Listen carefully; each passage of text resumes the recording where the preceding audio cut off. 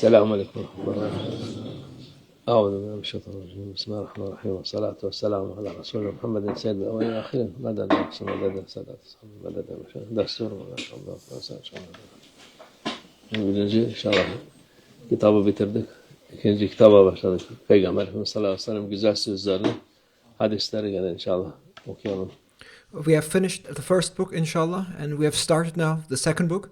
Let us read the beautiful words, the hadiths of our Master, the Prophet, peace and blessings be upon him, inshallah. قال رسول الله صلى الله عليه وسلم إذا أديت زكاة مالك فقضيت ما عليك. Peygamber sallallahu aleyhi ve sellem buyuruyor ki malının zekatını vermek suretiyle yükümlülüğünü yerine getirdiğin zaman üzerine düşeni malın hakkını ödemiş olursun. Our beloved Prophet, peace and blessings be upon him, says that when you fulfill your obligation by paying the zakat on your wealth, then you have paid the dues of that wealth. Yani o senin üstünde emanettir. Onu vermek lazım. Emanete hıyanet olmak zekatta farzdır. Yani İslam'ın farzlarından birisidir. So by the wealth you have, it is a trust on you. It is a trust that has been given to you by Allah Almighty, and it is necessary to give a share of it. And that zakat, that is a trust you must give and you must pay. And there cannot be betrayal of a trust. The zakat is mandatory, and it is a trust which you must pay and give, that share. And it is one of the obligatory acts of Islam. Onun için onu hesap edip verdin mi sana artık bir mesuliyet kalmaz. Onun sevabı olur, bereketi olur sana. So you should calculate accordingly what the due share is. You should calculate your zakah and give what is due from your wealth. And then no responsibility remains on you anymore based on your wealth. You will, by paying zakat, you will have gained the rewards of having paid zakat, and you will receive the blessings too. قال الرسول صلى الله عليه وسلم إذا أديت زكاة مالك فقد أذهبت عنك شره. Peygamber sallallahu aleyhi ve sellem gene buyuruyor ki malın zekatını vermek suretiyle yükümlülüğünü yerine getirdiğin zaman onun şerrini kendinden gidermiş olursun. Our beloved Prophet, peace and blessings be upon him, says that when you fulfill your obligation by giving zakat of the wealth, then you will have removed its evil from yourself. Yani o ödemezsen sana şer olur. If you do not pay zakat, then that wealth, that share of the wealth, which is not yours but a trust you must give, it will become evil for you. Bak, yani kazanç şeyi de şer olarak sende kalır. If you keep zakat for yourself and if you do not pay, then you will not have made a profit, you will not have made a gain, but it will turn into evil. Senin üstünde şer iyi değildir. Şer getirmek için onu üstünden o temizlemek lazım malı. Evil, badness is not good. And in order to remove that evil from you, it is necessary to cleanse that wealth by giving zakat. Zekatını vereceksin. Hem şerden kurtulmuş olur, hem Allah'ın sevabını kazanmış olursun, hem rızasını kazanmış olursun. By giving zakat, you will have cleansed your wealth. You will have saved yourself from the evil that would arise if you do not give zakat, and moreover, you will have obtained Allah Almighty's pleasure. قال الرسول صلى الله عليه وسلم إن صدقة لا تزيد المال إلا كثرة. Peygamber sallallahu aleyhi ve sellem buyuruyor ki şüphesiz ki sadaka malı artırır. Our beloved Prophet, peace and blessings be upon him, says, undoubtedly, charity increases wealth. Yani sadaka verip de mal azalacak diye korkmayın diyor. Our beloved Prophet, peace and blessings be upon him, says, do not fear that wealth will decrease by giving charity. Mal çoğalır. On the contrary, by paying zakat, by giving charity, wealth multiplies.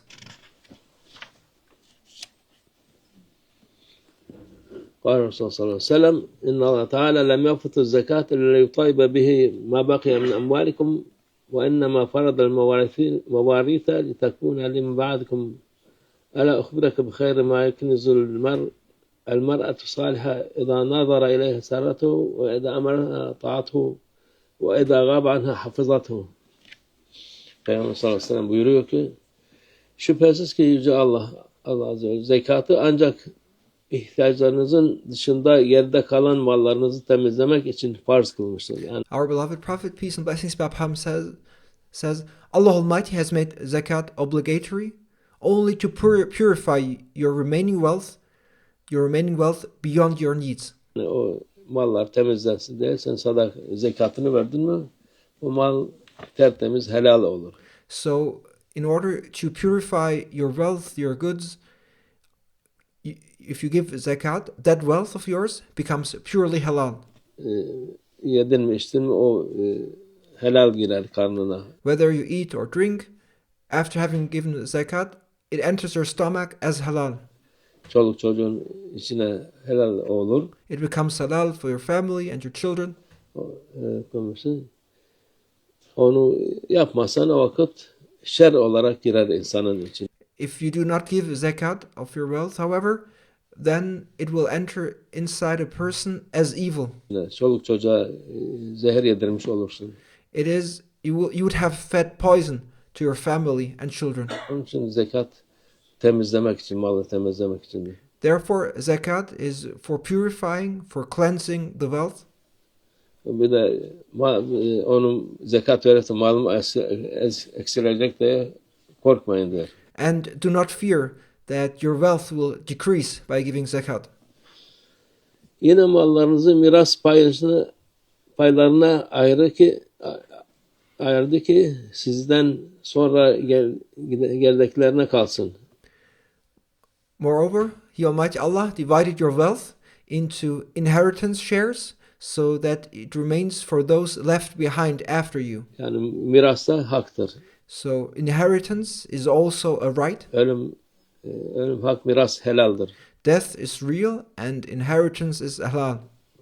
O kalanları, o zekat verilmiş mal kalan insanlara onlara da rızık olur. So those remainders, that wealth for which zakat has been paid, becomes sustenance for the people remaining after you. Senden sonra. Sana kişinin biriktirdiği en hayırlı serveti söyleyeyim mi? Our beloved Prophet, peace and blessings be upon him, continues to say by asking, shall I tell you the most auspicious wealth a person accumulates? Yani nedir insanın biriktireceği şey? What is the greatest wealth a human accumulates? Bu saliha kadındır. Yani saliha hanımdır. The greatest wealth is a righteous wife, a righteous woman. Zira yüzüne bakarsa neşe duyar. If you look at her face, you will feel joy. Ona bir şey söylerse kendisine itaat eder.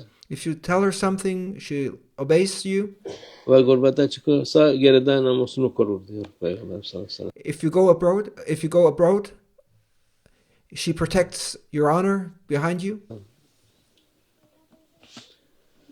قال الرسول صلى الله عليه وسلم أقم الصلاة وأد الزكاة وصوم رمضان وحج البيت واعتمر وبر والديك وصل رحمك وأقر الضيف وأمر بالمعروف وانهى عن المنكر وزل مع الحق حيث زال.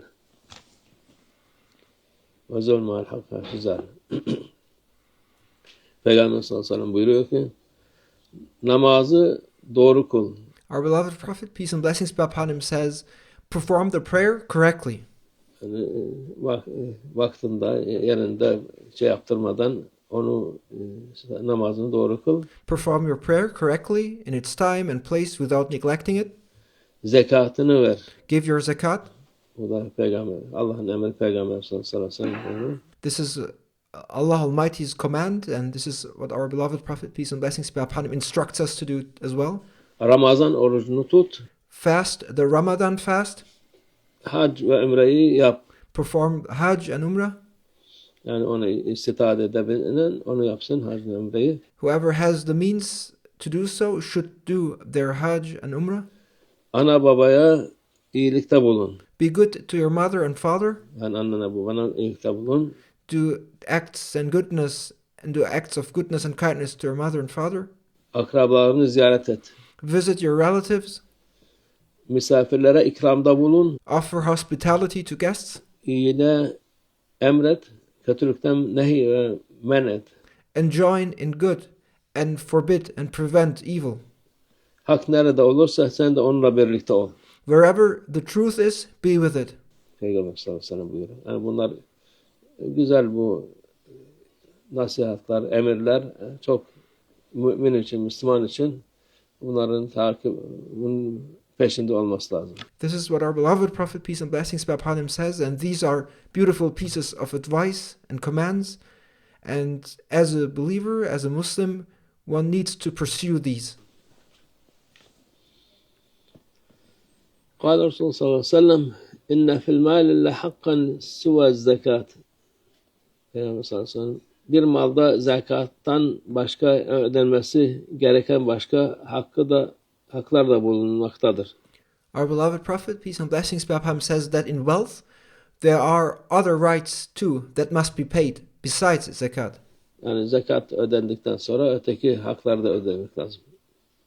So after the zakat is paid, one must pay the other rights as well. Peygamber sallallahu aleyhi ve sellem buyuruyor ki leyse fil mal hakkun suve zekat. Peygamber sallallahu aleyhi ve sellem buyuruyor ki bir malda zekattan başka ödenmesi gereken bir hak yoktur. Our beloved Prophet, peace and blessings be upon him, says there's no right in wealth that must be paid other than zakat. Yani zekat ödendin mi, başkasının malını çalmadın, çırpmadın, şey yapmadıysan, senin malınsa o mal zekat hakkı var orada. So when you have paid zakat, and if you haven't stolen or swindled on someone else's property, and if it's now your property or your wealth, and you have paid the zakat that is due on that wealth, O ödendikten sonra sana helal, ana sütü gibi helaldir.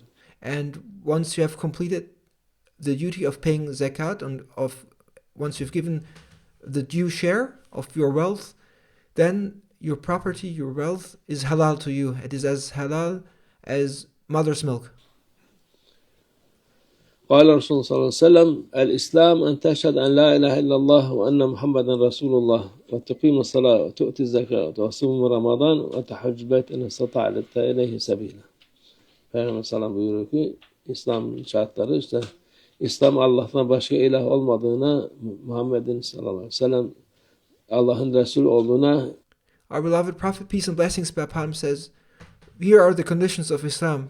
Islam is witnessing that there is no God besides Allah Almighty, and that Muhammad, peace and blessings be upon him, is Allah Almighty's messenger. Şehadet etmen. Bu birinci şeydir. İkincisi namazdır. The first is the testimony of faith, and then second is prayer. Namaz kılman. Zekatı vermen. Third is giving zakat. Ramazan orucunu tutman. Then fasting the Ramadan fast. Ve gücün yeterse yani Kabe'yi ziyaret edip hac etmendir. And if you have the power and capability to do so, it is visiting the Kaaba and performing the Hajj. Bunlar İslam'ın şartları, onlar Peygamber sallallahu aleyhi ve sellem'in emrettikleri. These are the conditions of Islam, and these are what our beloved Prophet, peace and blessings be upon him, commanded. Bunlar da hepsi birer cevherdir, birer hazinedir bunlar. Ahiret hazinesi. All of these are jewels. They are treasures of the hereafter. Onu Allah insanlara hepsine nasip etsin. May Allah Almighty grant them all to all people, inshallah. Sadaka Resulullah fîmâ kâle ev kemâ kâle.